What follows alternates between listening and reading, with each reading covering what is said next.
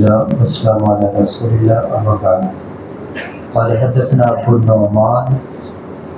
قال حدثنا أبو عوانة عن زياد بن علاقة قال سمعت جرير بن عبد الله کہتے ہیں میں نے جریر بن عبداللہ رضی اللہ عنہ کو سنا یقول آپ فرما رہے تھے یوم مات المغیرۃ بن شعبہ، جس دن مغیرہ بن شعبہ فوت ہوئے۔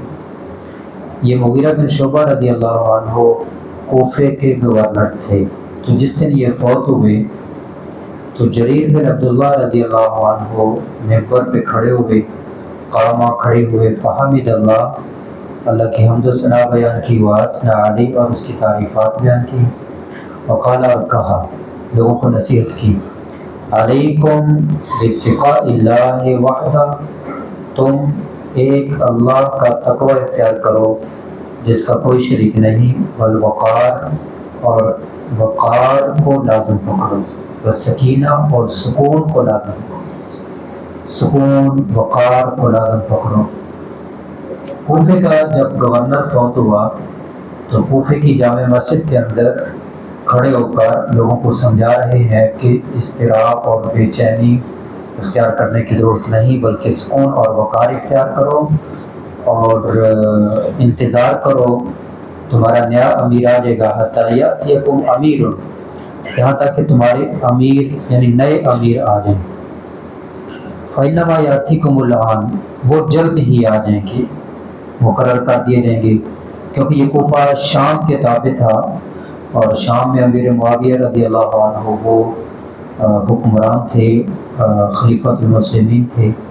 تو ان کی طرف سے مقرر کر کے بھیج دیے جائیں گے۔ ثم قال، پھر کہا، استعفوا لاميركم، اپنے امیر کے لیے بخشش کی دعا کرو، یعنی مغیرہ بن شعبہ کے لیے جو فوت ہو گئے ہیں، فإنه كان يحب العفو، وہ معافی کو بہت پسند کرتے تھے۔ ثم قال، پھر کہا، اما بعد فإني أتيت النبي، اپنا ایک واقعہ بیان کیا کہ میں نبی کریم صلی اللہ علیہ وسلم کے پاس گیا تھا، قلت، تو میں نے کہا، ابایعک علی الاسلام، کہ میں پر اسلام پر بیعت کرنے کے لیے آیا ہوں۔ فشرط علی، آپ صلی اللہ علیہ وسلم نے مجھ پر شرط لگائی، والنصح لکل مسلم، یہ شرط لگائی کہ ہر مسلمان کے ساتھ خیر خواہی کرنی ہے۔ فبایعتہ، میں نے آپ سے بیعت کی، علی ھذا، اس پر، ورب ھذا المسجد، اور اس مسجد کے رب کی قسم، انی لناصح لکم، میں تمہاری خیر خواہی کر رہا ہوں، جو تمہیں سمجھا رہا ہوں کہ سکون اور وقار کو لازم پکڑو، اطمینان سے رہو، تمہارے نئے امیر آ جائیں گے، تو یہ میں تمہیں نصیحت کر رہا ہوں۔ ثم استغفر، پھر انہوں نے اللہ سے بخشش طلب کی، ونزل، اور منبر سے نیچے اتر آئے۔ اس کے ساتھ ہی ہماری کتاب الایمان مکمل ہو گیا، کہ نئی کتاب العلم شروع ہو رہی ہے۔ امام بخاری رحمہ اللہ نے کتاب الایمان کو جو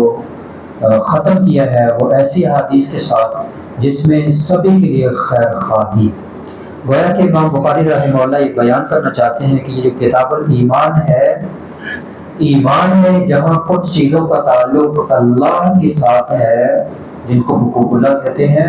وہاں پر کئی چیزوں کا تعلق مخلوق کے ساتھ ہے۔ تو انسان کا تعلق دو طرح کا ہوتا ہے، ایک ہے انسان کا تعلق جو خالق کے ساتھ ہوتا ہے، اور ایک ہے انسان کا وہ تعلق جو مخلوق کے ساتھ ہوتا ہے۔ تو ایمان دونوں چیزوں کے مجموعے کا نام ہے۔ اب آگے مزید تفصیل اگلی کتابوں کے اندر آتی جائے گی، ان میں پہلی کتاب العلم ہے، تو علم انسان کو معلوم ہو